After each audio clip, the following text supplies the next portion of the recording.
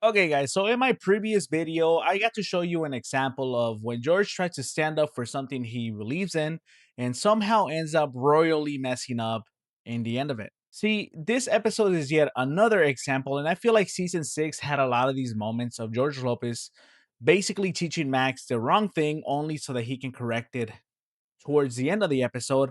And it's interesting to see that he has this dynamic with Max in the last season. A lot of the episodes in the last season are him and Max fighting over something, whether that's Max learning how to play the guitar, going down the street to Chris's house, or this episode for today. And what honestly starts as just having a racist neighbor turns into a lesson that Max had to learn so that he could literally avoid getting arrested or even worse, be sent to jail. So, in the previous episode that I covered, George and Angie are neighborhood watch captains and they are doing their rounds at night, but they are dressed all in dark clothing. George, look at us. We're the neighborhood watch and you've got us dressed like criminals.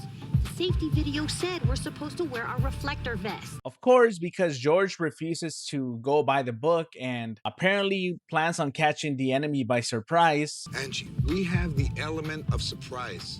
97% of all arrests are made by undercover cops. They end up getting pulled over by Officer Sanchez. Put your hands in the air. Now wave them like you just don't care. Sanchez! I'm just having fun with you, George. What's up? Officer Sanchez explains to them that there was a phone call about two suspicious people walking around in dark clothing. Next time, wear the vest. Your neighbors call saying there was some suspicious-looking people walking around in hoodies. And he was concerned for the neighborhood. Of course, Angie is confused about this because, they are the neighborhood watch captains. Who doesn't know who the neighborhood watch captains are? Why would someone report us? Everyone in the neighborhood knows who we are. This is where we meet Sorkin. Now, Sorkin is a new neighbor in the neighborhood who still has yet to meet George and Angie, and because of this, he calls the cops on them because all he sees are two people walking around in dark clothing. Can I help you? Hi, I'm Angie Lopez, and this is my husband, George. We're the neighborhood watch captain. Thank God. Chester Sorkin. Nice to meet you. Angie, being the person that she is, decides that it's time to break the ice and go talk to Sorkin. You two in those sweatshirts and the dark clothes. I thought you were casing houses. Casing houses. Not tonight. We're just stripping cars. Now, Sorkin does kind of come off a little bit scummy, I'm not gonna lie, but it's just the first interaction. Of course, in the first interaction, Sorkin says, I confused you for some of the bad ones. My husband wanted us to go undercover. Glad you told me that. I could have done something stupid, mistaking you people for the bad ones. Now, this could have just been a misunderstanding, maybe different type of definition of bad ones, but George picks this up as racism. Did you hear that, Angie? You people, the bad one, he saw two Latino people walking down the street and he called the cops racist. Okay, I hate him. Angie assures George that he is just overreacting over these words, but George points out something kind of insensitive right on his lawn. You're reading too much into this. Am I? Why don't we wake up the statue of the sleeping Mexican and ask him? That's right, a sleeping Mexican under his hat has a little statue. Okay, that's a little offensive. Not a racist. I told you, hey, you're lucky you're married to one of the smart ones. Right away, the tone shifts because George realizes that now that comment of one of the bad ones now has a double meaning. George realizes that this guy probably looks at Mexican people as if they are good or bad. Simple as that. George is immediately heated, honestly, and I mean, you kind of have to get it. Of course, George thinks that he's not the only one that should be angry about this. Benny should be too. Angie, I am not putting up with this, and my mom's gonna be mad too. That thing looks just like her. But his reasoning is a little bit funnier. Oh, it's got a sombrero on. Not the sleeping Mexican, the garden gnome. Put my mom in a pointy hat, let her beard grow, they could be twins. Now, when George gets home, he ends up telling Benny about it because Benny always happens to be home. What the hell's going on?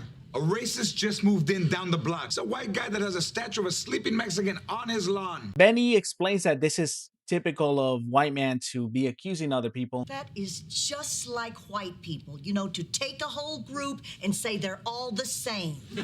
Instead of talking it out though, Benny does what she does best. She heads over and takes care of business herself. Of course, before anything, Max is actually kind of convinced that he is racist because apparently there is also racism in his school, and he gives probably one of the most poor examples for racism ever heard. There's even racism in my school. I'm pretty sure I'm getting a D in math because my teacher hates Latinos. Max, 50% of your class is Latino. No way! There are like 30 kids and only 15 are Latino. Oh, God. Like, the dude is not good at math, just straight up. But the worst part of everything is that Max is watching all of this unfold. He's listening to the whole conversation. It's almost as if he is being set up to do something he shouldn't do. Basically, in his mind is, if you see something that is wrong, just go ahead and go destroy it.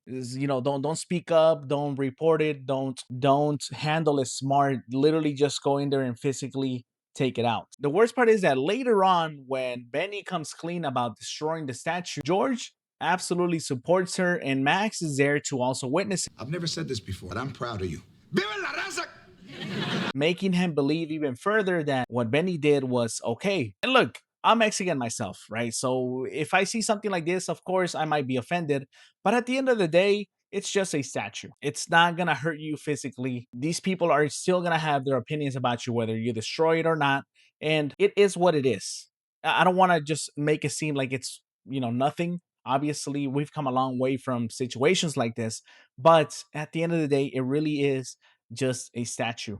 Just go on about your day and don't let it take any more energy than it already has, right? We proceed to the next scene where Sorkin actually comes over to George's house. Sorkin, what do you want?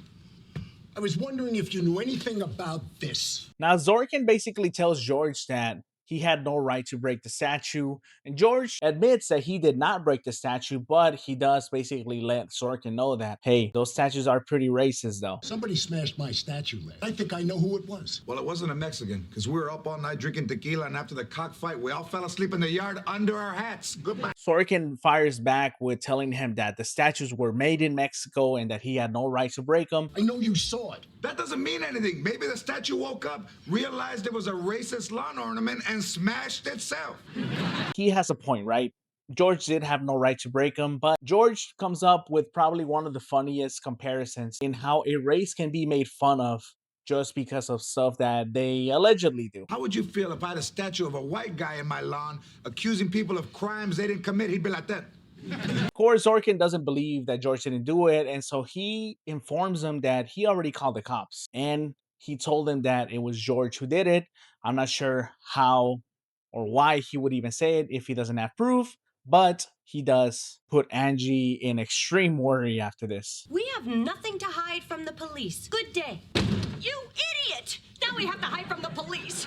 And of course, he doesn't back down because now he puts up even more statues of sleeping Mexicans. And he's never gonna mess with us again. A guy down the street put up a racist statue and Grandma took it out. Wasn't a Mexican sleeping in a sombrero, was it? He's putting two of them up now, one on either side of the burro. There is a message here, though. You do not win against ignorance by acting reckless. Sometimes that's just going to make the situation way bigger. But George, still not realizing that Max is absorbing all of this, still wants to react. Angie basically warns George, hey, if you go over there and mess around with the neighbor again, we are going to have a huge fight. Fight that will make every fight we've ever had seem like a little chat over tea.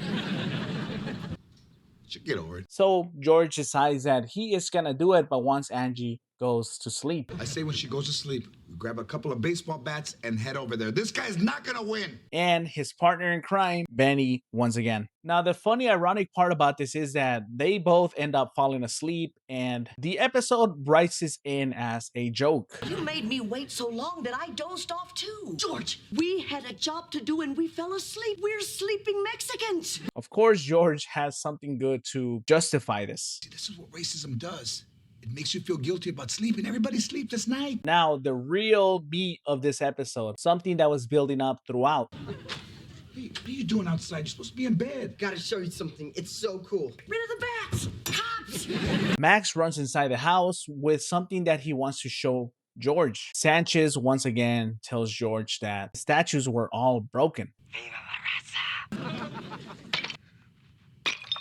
George asked Sanchez for just a little bit of time so that he could see what Max wanted to show him. This is where it finally clicks for George. George has proof that it was Max because Max was basically following all the examples that he was setting for him. George sees that Max is not a kid anymore. Can you do me a favor and let me handle this? I'll make sure that Max pays for the statues. And now it's dangerous because he showed Max how to react to racism, but he didn't teach him the right way. In fact, it's probably the worst way possible. This episode actually goes kind of hard because George isn't wrong for being angry, but he is wrong because of how he handles that anger. Relax.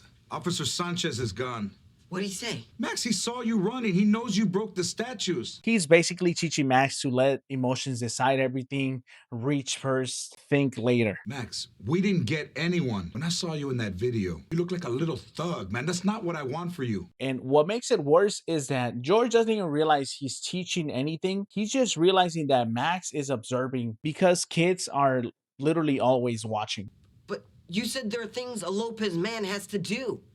And you didn't care when Grandma did it. At the end of the day, this is not about a racist neighbor. This is about what happens when the person that's supposed to be teaching you the right things doesn't teach you how to handle the wrong things the right way. You said I wasn't helping the cause. You want to know how you help the cause? Get an education, be successful so you can buy and sell fools like Sorkin. Because George wanted to stand up for his culture, but instead he showed Max how to throw away his future over a simple reaction. And that's honestly the part that sticks with you. All right, guys, as always, if you enjoy the content, let me know down below. Let me know if there's an episode you guys want me to cover specifically. Thank you all so much for the support. I will see you guys on the next one. Goodbye. Wait a minute. You can't really buy people, can you? Like I said, Max, get an education.